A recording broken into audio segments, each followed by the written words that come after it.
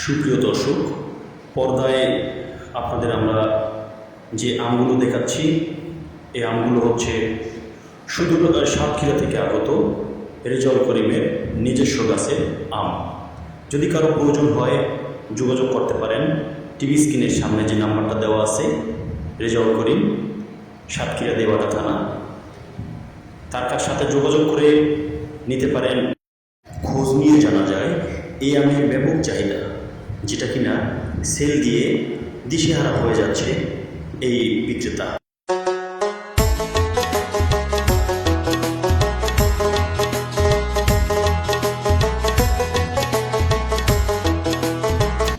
এই আমের স্বাদের অনুভূতিটা জানবো একটু আমরা ওদের কাছ থেকে।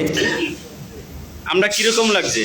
সেই মিষ্টি, অনেক রস, কোনো আঁশ নাই এর মধ্যে, কোনো গন্ধ বা কোনো কিছু? না না না, ফরমালিন নাই।